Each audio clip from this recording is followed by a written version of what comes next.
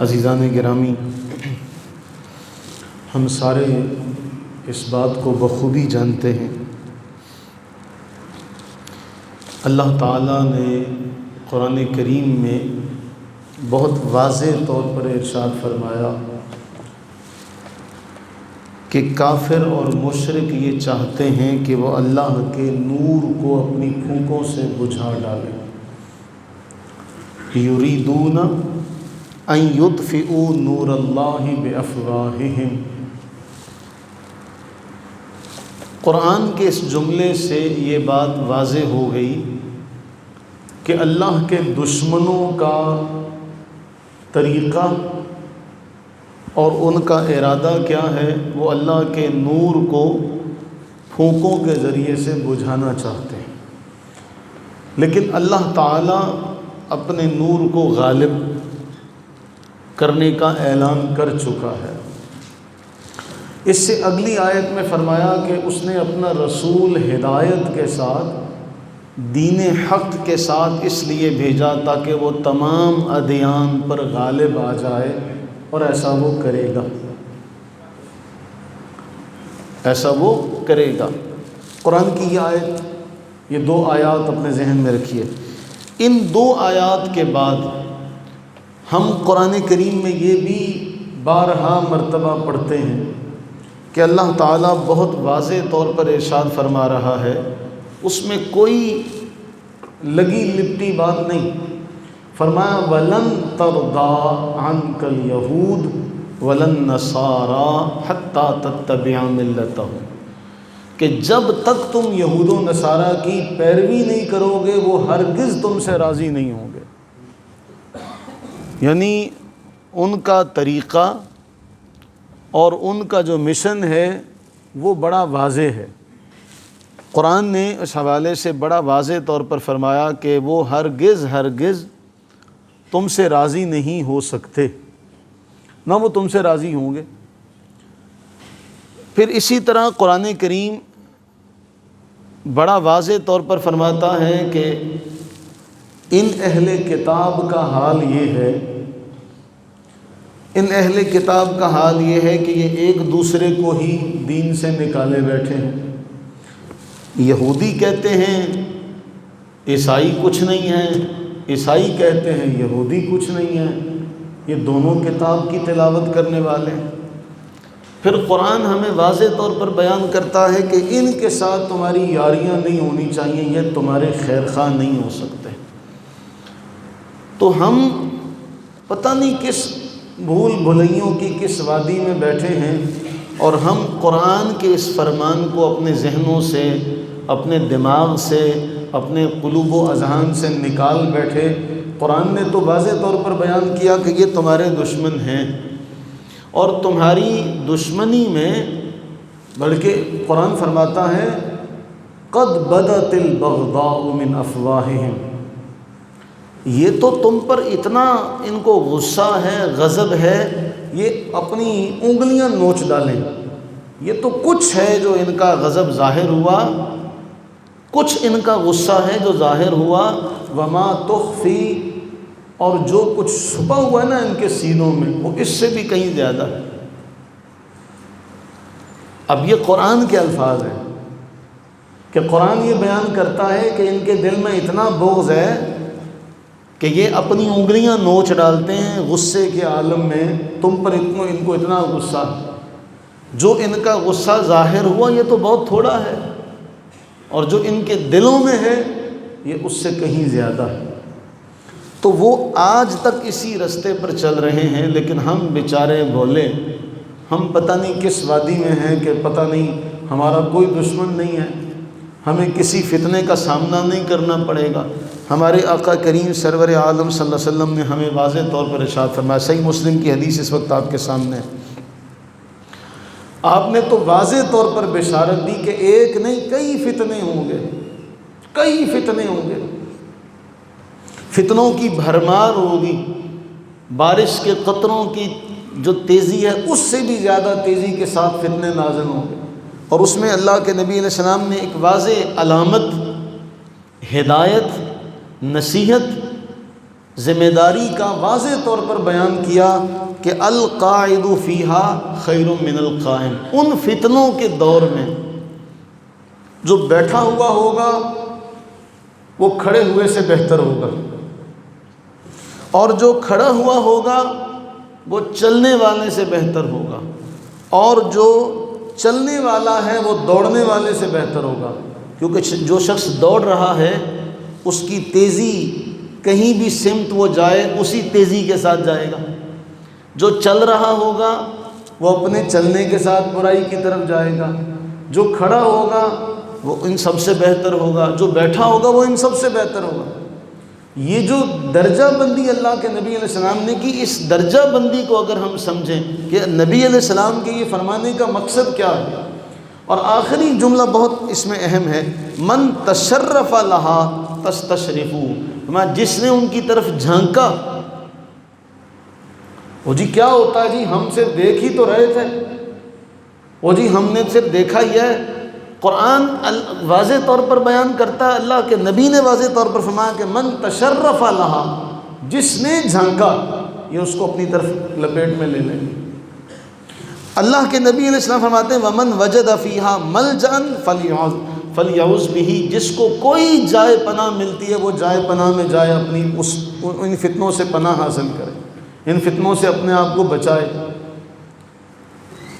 اب اس میں کوئی لگی لپٹی بات نہیں رہنے دی، کوئی اللہ کے نبی اسلام نے کوئی اشارتاً کنایتاً مبہم نہیں بیان کیا، بہت واضح دو ٹوک الفاظ میں بیان کیا کہ جو بیٹھا ہوا ہے وہ کھڑے ہوئے سے، جو کھڑا ہوا ہے وہ چلنے والے سے، جو چلنے والا وہ دوڑنے والے سے بہتر، اور آخری جملہ کہ جس نے ان کی طرف جھانکا بھی، من تشرف لہا، جس نے ان کی طرف جھانکا بھی، وہ سیانے کہتے ہیں جس گاؤں نہیں جانا اس کا راستہ بھی مت پوچھو۔ کیوں؟ اللہ کے نبی نے فرمایا وہ یہ فتنے تمہیں اپنی طرف کھینچ لیں گے، یعنی ان کے اندر اتنی پاور، اتنی کشش ہوگی، تبھی اللہ کے نبی نے دیکھنے سے بھی منع کر دیا کہ ان کی طرف اگر کسی نے جھانکا بھی یہ اس کو اپنی لپیٹ میں لے لیں گے۔ اب یہ صحیح مسلم کی حدیث نمبر ہے 2886۔ اس کے بعد صحیح مسلم کی حدیث نمبر 186، رسول اللہ صلی اللہ علیہ وسلم نے واضح طور پر امت کو یہ پیغام دیا، بادروا بالاعمال، اور اس کے شارح نے اس کی وضاحت کی، دکھاؤ اس کو، ایل اعمال الصالحہ، نیکی کی طرف، نیکی کے اعمال میں سبقت لے جاؤ، دوڑو، بادروا بالاعمال۔ ہم میں سے ہر ایک یہ تہیہ کر لے کہ ہم نے نیکی کرنی، بادروا بالاعمال، نیکی کی طرف دوڑو، ان فتنوں سے ڈرو جو اندھیری رات کی طرح ہوں گے۔ صبح کو انسان مومن ہوگا، شام کو کافر ہو جائے گا، شام کو مومن ہوگا، صبح کو کافر ہو جائے گا۔ اس روایت کا بھی آخری جملہ بہت اہم ہے، اس روایت کا پہلا جملہ بھی بہت اہم ہے، جس میں رسول اللہ صلی اللہ علیہ وسلم یہ ترغیب دلا رہے ہیں، حکم دے رہے ہیں، بادروا بالاعمال، نیکی کے کام کرنے میں جلدی کرو، دیری نہ کرو، اس لیے کہ جو فتنے آئیں گے وہ اندھیری رات کی طرح ہوں گے، اور ہر بندہ جانتا ہے جو اندھیری رات ہوتی ہے وہ چھوٹی نہیں ہوتی، مختصر نہیں ہوتی، اور اس اندھیرے میں آپ کو کوئی تکلیف پہنچ جائے، کس کی طرف سے پہنچے آپ کوئی بھی ادراک نہیں کر سکتے۔ فرمایا صبح کو مومن، شام کو کافر، شام کو مومن، صبح کو کافر۔ آخری جملہ یبیع دینہ بعرض من الدنیا، اپنا دین دنیا کے مال کے لیے بیچ ڈالیں گے، حلال و حرام کی تمیز نہیں رہے گی۔ کل ہم ساتھی بیٹھے، بات ہو رہی تھی، ابھی تین چار دن پہلے کی بات ہے، اسی مانا والا کے قریب ایک حادثہ ہوا۔ اب وہ جو ٹرک ڈرائیور تھا وہ تو چلا گیا، لوگوں نے جو اس ٹرک کا حال کیا، 10 منٹ کے اندر اندر وہ ساری گاڑی جو ہے وہ خالی کر دی۔ کیا وہ ان کے لیے حلال تھا؟ جس نے وہاں سے بوتل لی، لوگوں نے پیٹ کے پیٹ اٹھائے، کون تھے وہ؟ سارے مسلمان تھے، کوئی کافر تو نہیں تھا ان میں۔ کوئی غیر مسلم تو نہیں تھا، سارے مسلمان تھے، دیکھا دیکھ، کسی نے بھی نہیں روکا، کوئی ایک بھی وہاں پر کھڑا نہ ہوا کہ لوگوں یہ لوٹ کا مال ہے، یہ لوٹ رہے ہو، تمہارے لیے یہ لوٹنا حلال نہیں ہے۔ اگر اس ٹرک ڈرائیور نے مارا ہے وہ فرار ہو گیا تو کم از کم یہ تو تمہارے لیے حلال نہیں ہے، تم نے اس کو لوٹ کا مال کیوں سمجھا؟ تم نے لوٹ کا مال سمجھا، اور ہر ایک نے اپنی اپنی، یہ ہے ہماری اخلاقی گراوٹ، یہ ہے ہمارا معاشرتی رویہ کہ ہم کہتے ہیں مال مفت دل بے رحم، مال مفت دل بے رحم، اور مفت کا مال مل رہا ہو، کوئی بندہ وہاں یہ نہیں سوچتا، ایک گوارا بھی نہیں کرتا کہ یہ حلال ہے یہ حرام ہے۔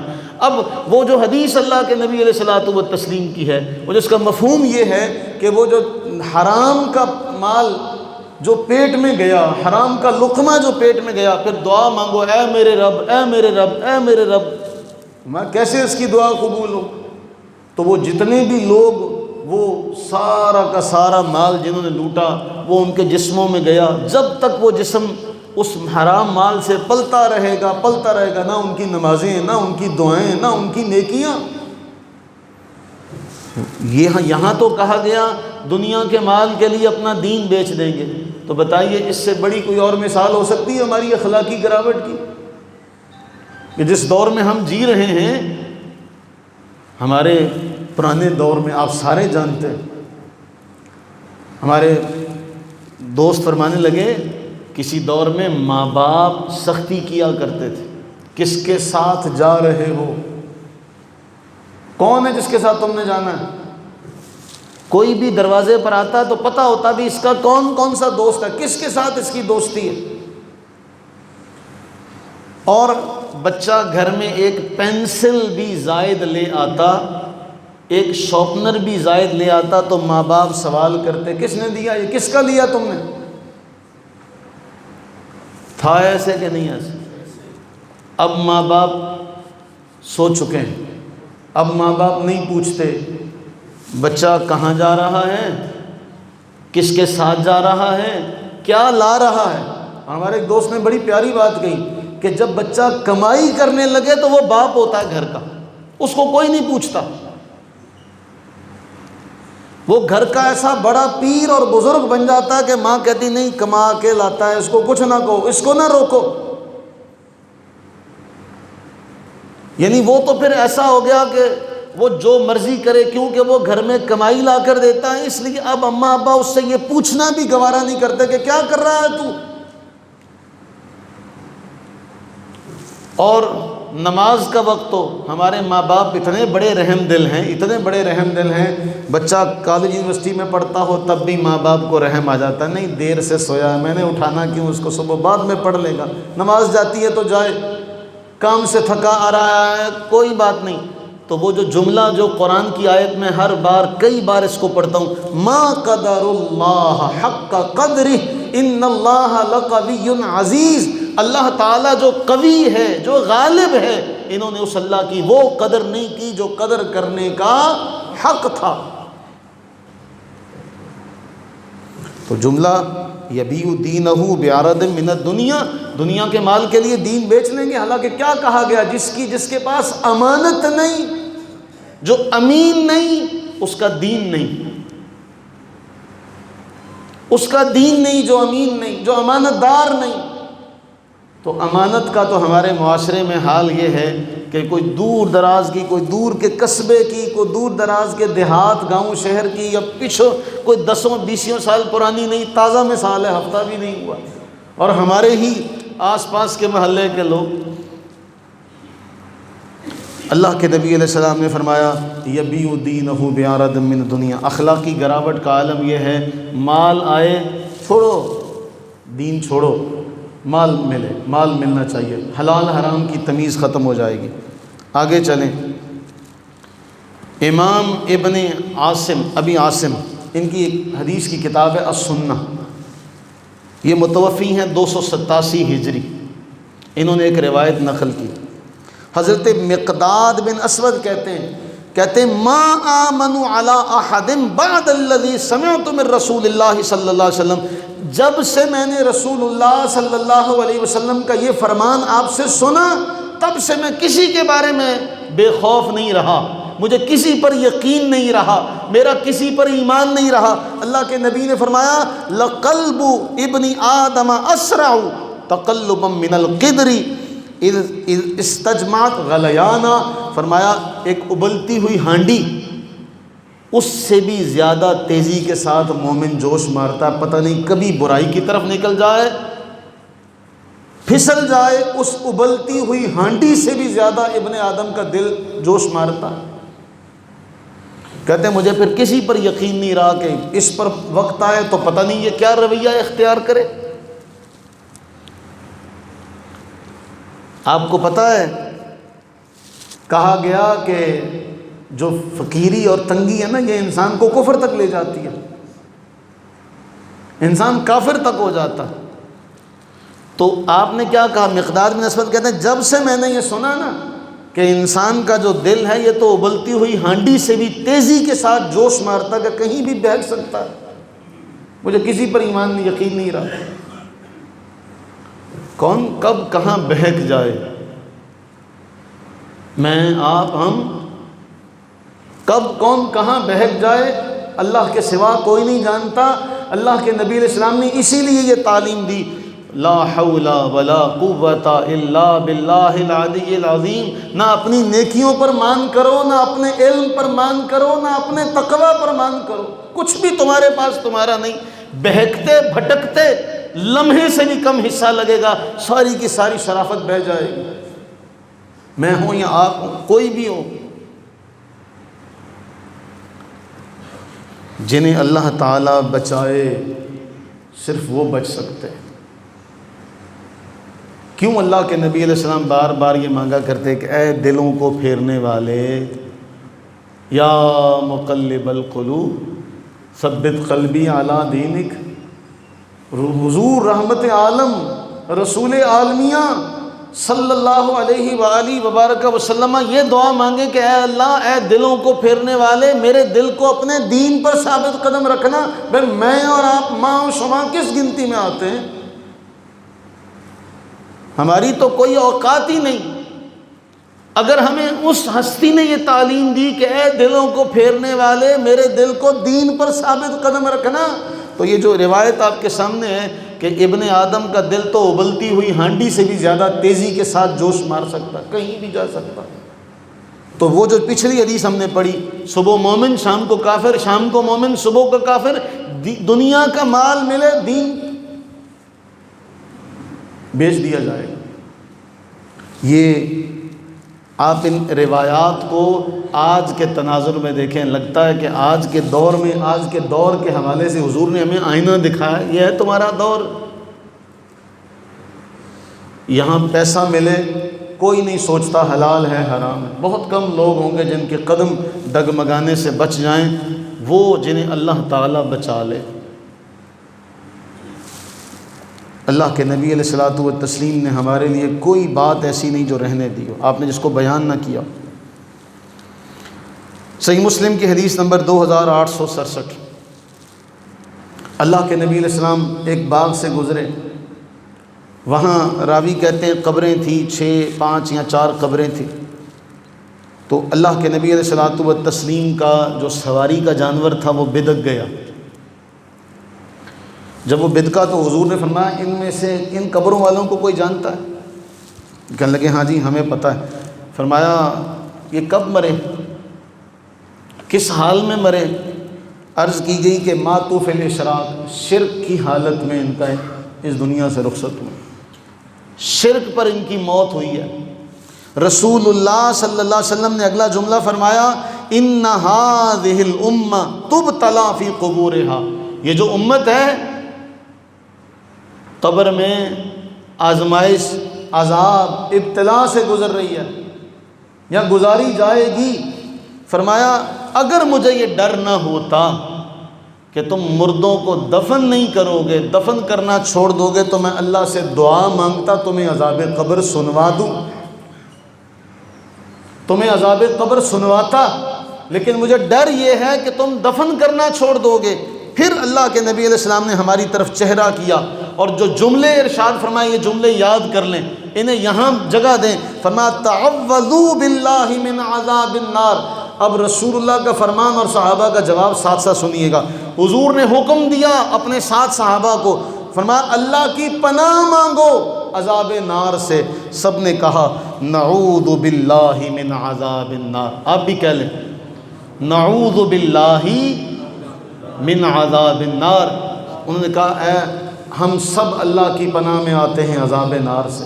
پھر فرمایا تعوذوا باللہ من عذاب القبر، عذاب قبر سے اللہ کی پناہ مانگو۔ سب نے کہا نعوذ باللہ من عذاب القبر، ہم عذاب قبر سے اللہ کی پناہ چاہتے ہیں۔ آپ بھی کہہ لیں نعوذ باللہ من عذاب القبر۔ پھر اللہ کے نبی نے فرمایا تعوذوا باللہ من الفتن ما ظہر منہا وما بطن، اللہ سے پناہ مانگو فتنوں سے، وہ چاہے ظاہراً ہوں چاہے پوشیدہ ہوں۔ سب نے عرض کی نعوذ باللہ من الفتن ما ظہر منہا وما بطن، ہم اللہ کی پناہ میں آتے ہیں ظاہراً اور باطناً تمام فتنوں سے۔ آپ بھی کہہ لیں نعوذ باللہ من الفتن ما ظہر منہا وما بطن، ظاہری باطنی سب فتنوں سے اللہ کی پناہ میں آتے ہیں۔ آخری جملہ اللہ کے نبی نے فرمایا تعوذوا باللہ من فتنۃ الدجال، دجال کے فتنے سے پناہ مانگو۔ سب نے عرض کی نعوذ باللہ من فتنۃ الدجال، ہم سارے اللہ کی پناہ میں آتے ہیں دجال کے فتنے سے۔ آپ بھی کہیں نعوذ باللہ من فتنۃ الدجال، ہم اللہ کی پناہ میں آتے ہیں دجال کے فتنے۔ دجال دجل، دھوکہ، مکر و فریب، ملمہ کاری، ظاہراً کچھ باطناً کچھ۔ یہ حضور علیہ الصلوۃ والتسلیم نے کیا ہمیں بات ہے جو نہیں بتائی، کون سا ہمیں معاملہ ہے جو اللہ کے نبی سرور عالم صلی اللہ علیہ وسلم نے ہمیں نہیں سکھایا۔ اور ایک اور فتنوں کے دنوں میں صحیح بخاری کی حدیث نمبر 7088 نمبر ہے، فرمایا ابو سعید خدری اس کو روایت کرتے ہیں، اللہ کے نبی علیہ السلام نے فرمایا یوشک ان یکون خیر مال المسلم غنم یتبع بها شعف الجبال و مواقع القطر یفر بدینہ من الفتن۔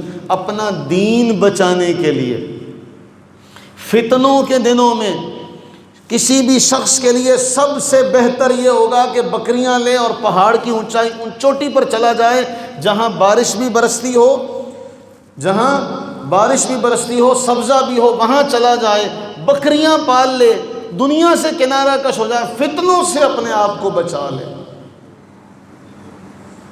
اب یہ تعلیم رہبانیت کی نہیں ہے۔ کہیں آپ کے دل میں آئے کہ جی یہ حضور تو کہہ رہے ہیں دنیا چھوڑ دو، دنیا چھوڑ کے حضور نے مانگنے کا سبق نہیں دیا، بلکہ کیا کہا بکریوں کا ریوڑ لے، کہاں جائے ومواقع القطر، جہاں بارش ہوتی ہو، جہاں خوشحالی ہو، جہاں سبزہ ہو، اپنی زندگی تو کم از کم گزارے گا۔ اللہ کے نبی علیہ السلام نے فتنوں کے دنوں میں زندگی گزارنے کا نسخہ بھی دے دیا کہ جب ایسا کوئی معاملہ ہو دور ہو جاؤ، دنیا سے کنارہ کش ہو جاؤ۔ کیوں؟ ہم نے پہلے حدیث پڑھی تھی، جس نے جھانکا، اور جھانکا ضروری نہیں ہے، ہو سکتا ہے ہمارا بھائی، ہو سکتا ہے ہمارا کوئی دوست، ہو سکتا ہے ہمارا کوئی بیٹا ان فتنوں کا شکار بن جائے، ہم اس کو بچانے کے لیے وہاں جھانکیں، ہم بھی اس کا شکار ہو جائیں۔ اس لیے فرمایا ان میں جھانکنا بھی مت، فتنوں کا دور آئے گا اور ایسے ایسے فتنوں کا دور آئے گا۔ اس میں ایک اور حدیث صحیح بخاری کی 6494، دو لوگ ہیں، یہ ان دو باتوں میں سے کوئی ایک بات اختیار کر لیں۔ کیوں فتنوں کے دور میں ہمیں کیا کرنا چاہیے؟ ایک اعرابی آیا، اس نے آ کے اللہ کے نبی علیہ السلام سے پوچھا یا رسول اللہ صلی اللہ علیہ وسلم ای الناس خیر، سب سے بہتر کون ہے لوگوں میں؟ آپ نے فرمایا دو آدمی، رجل جاہد بنفسہ و مالہ، وہ شخص جو اپنے مال اور اپنی جان کے ذریعے ایسے موقع پر جہاد کرتا ہے وہ سب سے بہتر ہے۔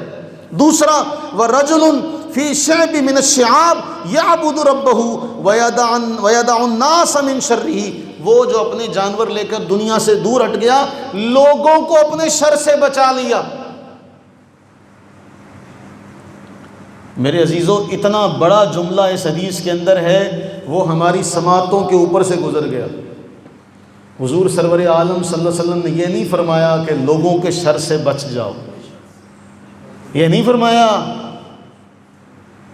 لوگوں کو اپنے شر سے بچا۔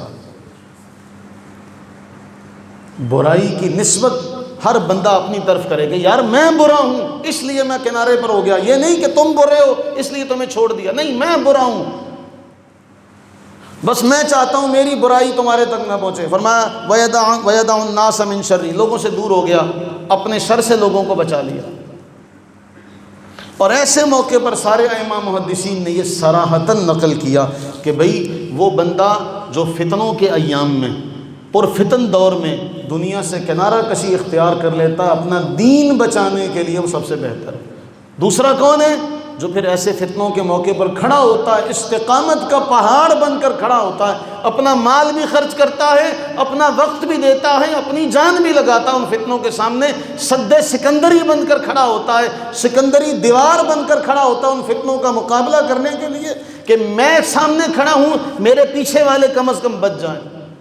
اب ان دو میں سے کوئی ایک کردار ہمیں اپنانا ہوگا، لیکن پہلا وہ شخص ہے جو اپنے مال کے ذریعے سے، اپنے نفس کے ذریعے سے جہاد کرتا، دوسرا وہ ہے جو کمزور ہے، جہاد نہیں کر سکتا، وہ کنارہ کشی اختیار کر لے۔ اب یہ آپ کے اوپر ہے، آپ علم سیکھیں، فتنوں کے بارے میں جانیں اور پھر ان کا ادراک اور ان کا مقابلہ کرنے کے لیے کھڑے ہو جائیں۔ اگر یہ نہیں کر سکتے پھر کنارہ کشی اختیار کر لیں، پھر منہ سے بولنا، لب کشائی کرنا، کسی کو تانا زنی کرنا، لوگوں کے اندر فتنہ اور فساد ڈالنا، یہ منافقوں کا طریقہ تو ہو سکتا ہے، مومن کا طریقہ نہیں۔ مومن کو اللہ کے نبی نے یہ دو راستے بتائے بس۔ اب ان دو راستوں میں اپنا کردار کا تعین آپ نے کرنا ہے کہ جہاد کرنا ہے اپنے مال کے ذریعے سے، اپنی جان کے ذریعے سے، اپنے وقت کے ذریعے سے، اپنے علم کے ذریعے سے، کیسے، یہ آپ نے ڈیسائیڈ کرنا۔ دوسرا یہ ہے پھر اپنا وہ سارا کچھ لے کے کھڑے ہو جائیں، یعبد ربہ۔ وہاں یہ نہیں ہے کہ بیٹھ کے وہاں لوڈو کھیل لو، ہمارے ہاں تو اخلاقی گراوٹ کا عالم یہ، لوگوں کی تربیت ہی نہیں لوگوں نے کروائی کہ احرام کی حالت میں بھی پتہ نہیں کہ ہم نے کیا کرنا ہے کیا نہیں کرنا۔ مجھے کسی دوست نے کہا کہ بھئی وہ پچھلے سال کی شاید ویڈیو تھی کہ دیکھا جی وہ احرام کی حالت میں بیٹھے اور تاش کھیل رہے ہیں۔ میں کہا وہ تو بڑی دور ہے، یا مسجدوں میں ہم نے دیکھا رمضان کے عالم میں گرمی میں وہ گرمی سے بچنے کے لیے موبائل پکڑا ہے اور مسجد میں لوڈو کھیلی جا رہی ہے آن لائن۔ کس کو تانا، کس کو الزام تراشی دیتے ہیں؟ ہم خود برے ہیں، ہم خود برے ہیں، نیچے سے لے کر اوپر تک کا طبقہ، ہم ہی لوگوں میں سے لوگ حاکم بنتے ہیں، ہم ہی لوگوں میں سے لوگ جج بنتے ہیں، ہم ہی لوگوں میں سے لوگ وکیل بنتے ہیں، ہم ہی لوگوں میں سے لوگ ڈاکٹر بنتے ہیں۔ کس کی کمائی؟ کون خیال کرتا ہے کہ میں اپنی کمائی کو حلال اور پاکیزہ رکھوں؟ آپ ڈاکٹروں کی بات کرتے ہیں، ڈاکٹر اپنے پیسے لے لیے، فیس لے لی، نسخہ لکھ کر دیا، اس میں بھی کمیشن لیا، کہاں سے حلال ہوا؟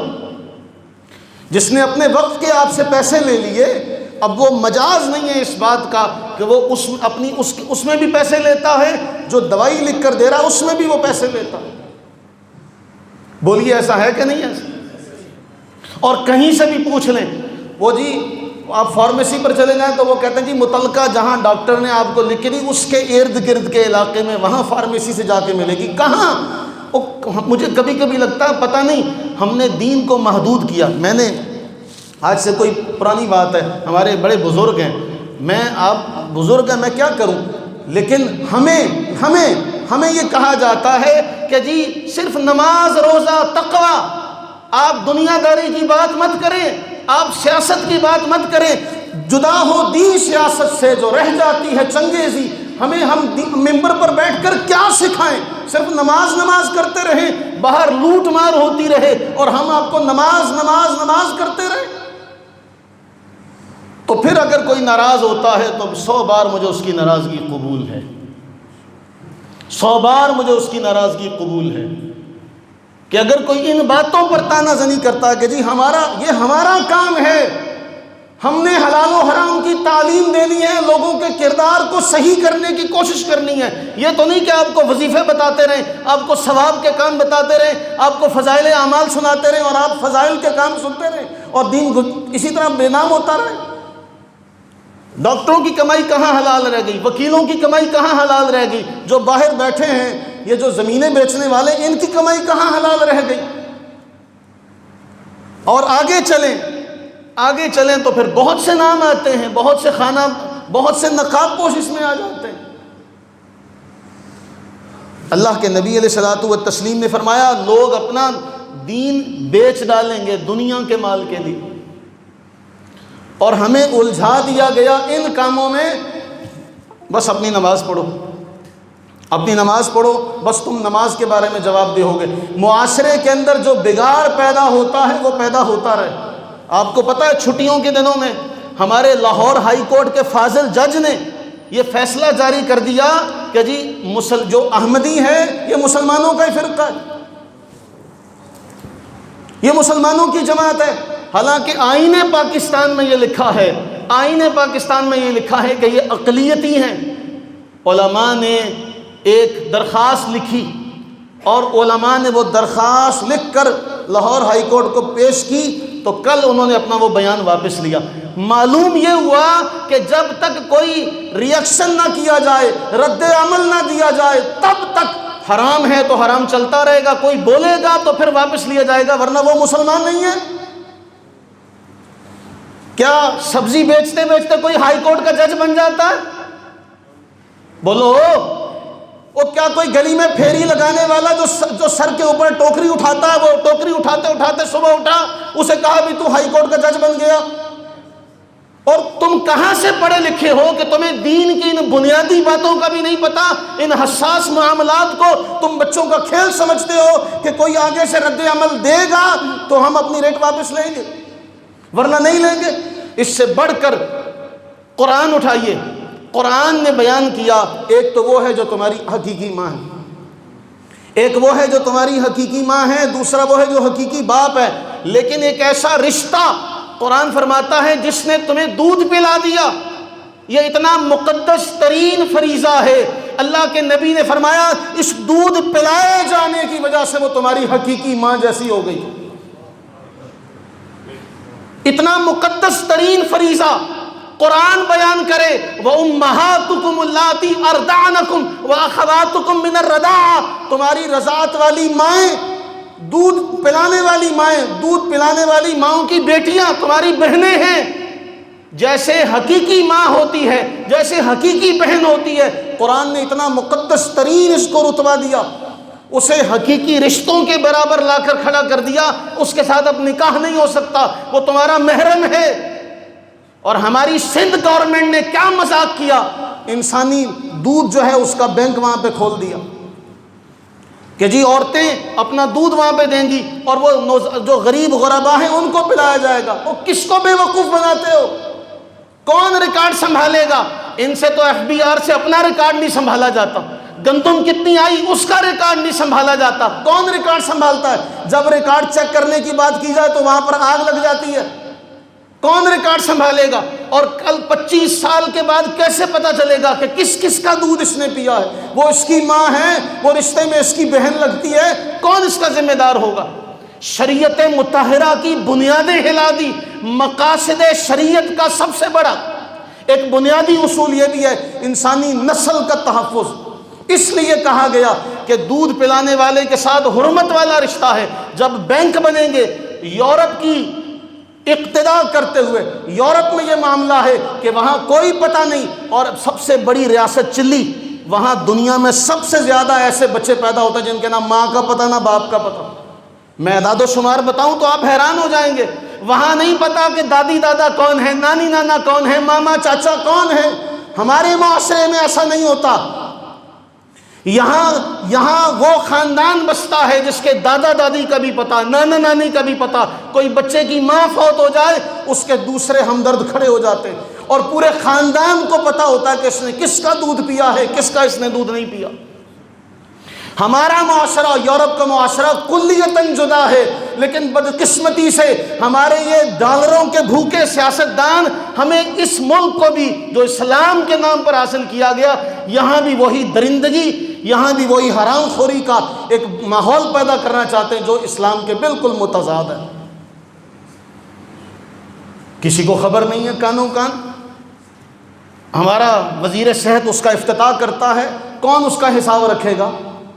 اور کل کلاں کو یہ جب بلڈ بینک شروع ہوا، ہم نے اس پر واویلا کیا ہمارے علماء نے کہ یہ بکے گا، نہیں جی نہیں بکے گا، ضرورت ہے۔ آج بکتا نہیں ہے بلڈ۔ اعضاء کی بات ہوئی، علماء نے فتویٰ دیا اعضاء کی پیوند کاری، اعضاء کا ڈونیشن یہ درست نہیں ہے، لیکن چلو عموم بلوا کے تحت دے دیا۔ آج اعضاء بکتے نہیں ہیں، اور بکنے کی بات تو چھوڑو، اغوا کر کے اعضاء نکال لیے جاتے ہیں، بعد میں پتہ چلتا ہے کہ میرا یہ عضو نہیں ہے بیچ میں۔ آج تو ہمدردی کی بنیاد پر آج یہ بلڈ جو ہیومن ملک بینک ہے، آج تو اس کا قیام ہو گیا، کراچی سندھ میں اس کا قیام ہوا۔ اسلامی ملک میں جس کا تصور بھی نہیں کیا جا سکتا، قرآن کے شرعی احکامات کے خلاف لگے رہے نماز کے پیچھے، سکھاتے رہے نماز لوگوں کو۔ بولیے، ہم لوگوں کو نماز سکھاتے رہیں، روزہ سکھاتے رہیں، تو کیا میری اور آپ کی بخشش ہو جائے گی؟ اگر معاشرے میں ایسا شریعت کے خلاف کام ہوا اور اس پر میں اور آپ خاموش رہے، تو کیا میری آپ کی بخشش ہو جائے گی؟ اور کل کلاں کو یہ آن لائن بکے گا۔ یورپ کے ملکوں میں تو بکتا ہے، وہاں یہ کہا گیا جی انسانی جسم کے لیے، وہاں تو باڈی بلڈر اس کو خریدتے ہیں۔ اور کل کلاں یہ جو لبرل آنٹیاں ہیں، میرا جسم میری مرضی، ان کے نزدیک یہ بھی ہمارا جسم ہے۔ کل کلاں کو کوئی خاتون اپنا دودھ بیچے گی، اور پھر کیا کہیں گے یہ لبرل دیسی آنٹیاں؟ یہ کہیں گی بھئی مولویوں کو خواہ تکلیف ہے، وہ کوئی بدکاری تو نہیں کر رہی، جسم فروشی تو نہیں کر رہی، دودھ ہی بیچ رہی ہے۔ یہ اس کے مفاسد ہیں، یہ اس کے مفاسد ہیں۔ یہ کل کلاں کو ایسا بڑا فتنہ اٹھے گا کہ آپ آج اس کا ادراک نہیں کر سکتے۔ اگر آپ نے آج اس فتنے کو سمجھنے کی کوشش نہیں کی، آپ اس کا تدارک نہیں کر سکیں گے۔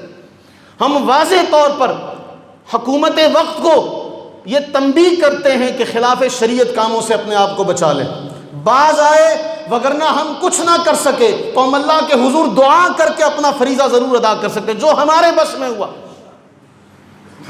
لیکن جو غلط ہے، اس پر جتنے بھی علماء جس کی جو ذمہ داری ہے، جس کا جو منصب ہے، وہ اپنے منصب کا وہاں پر جو اس کا تقاضا ہے وہ اپنی ذمہ داری کو پورا کرے۔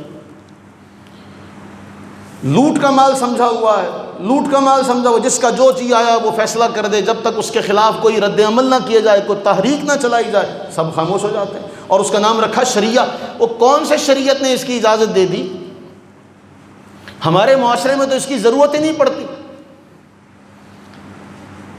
اللہ سے دعا کریں کہ اللہ تعالی ہمیں نیک صالح حکمران نصیب فرمائے، اللہ تعالی ہمیں جج بھی نیک دے، اللہ تعالی ہمیں سیکیورٹی ادارے بھی نیک دے، جنہیں اور تو بڑے کام نظر آتے ہیں، دیواریں پھلانگی، دروازے توڑے، فلاں کو اٹھا لیا، فلاں کو اٹھا لیا، جو ذمہ داریاں ہیں وہ ان کے باپ نے ادا کرنی ہیں، وہ ہم انہیں بتائیں کہ یہ تمہاری ذمہ داری ہے، یہ تم نے قانون پڑھا ہے، یہ قانون کا یہ سبق تم نے پڑھا ہے، وہ کہاں گیا قانون کا پڑھا ہوا سبق؟ وہ ہم نے تمہیں سکھانا ہے۔